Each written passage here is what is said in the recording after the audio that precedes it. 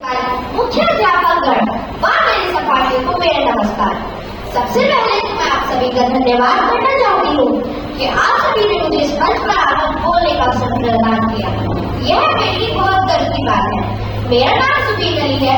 मैं कक्षा 5वीं विभाग की विद्यार्थी हूँ। मेरी कविता का शीर्षक है विज्ञापन का मगरजाल। कभी कभी मेरे मन में ख्याल आता है कि भले विज्ञापन कहाँ शुरू आते हैं।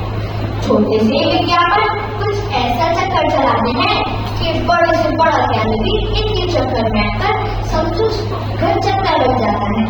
और जैसे ही ये विचार हमारे भोले मन में आता है तो मैं सोचती हूँ कि भला ये विज्ञापन का हकीकत से कोई नाता है। और जैसे ही विचार हमारे भोले मन में आता है तो फट से हमारा ध्यान हमारे राम दुलारे पर जाता है, क्योंकि राम दुलारे को जो भी विज्ञापन ज्यादा लुभाता है वह अगले ही दिन मुझे से घर ले आता है और इस समाज के बाद उसको ठगा सपाता है। एक दिन उसे बीमारी नवरत्न सिंह ने अपने जाल में फंसाया और हमारा कंसामित अपने कच्चे मन को दूर करने के लिए एक शीशी ले आया। बोला अपने कच्चे टकले पर बालों की फसल लगाऊंगा। अभी सब राकेश रोशन कहते हैं पर मेरे दिल रोशन कहलाऊंगा। राम दुलारे ने अपने टकले पर खूब मन मन के वो तेल लगाया। लेकिन बालों की फसल तो क्या हल्की सी घास भी ना उगा पाया। और करवा चौथ के दिन राम दुलारा अपनी छत पर घूम रहा था। भाई छत पर एक शराबी नशे में मस्त होकर झूम रहा था।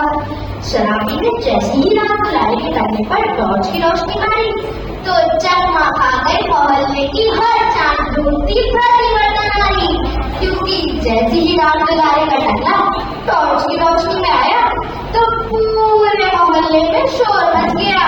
पूजा कर लो, चांद निकल गया। फिर मैं सोचती हूँ कि भला ये विज्ञापन का हकीकत से कोई नाता है। फेयर एंड लवली वाले बोलते हैं तो हाथों में अपना रंग रखनी चाहिए।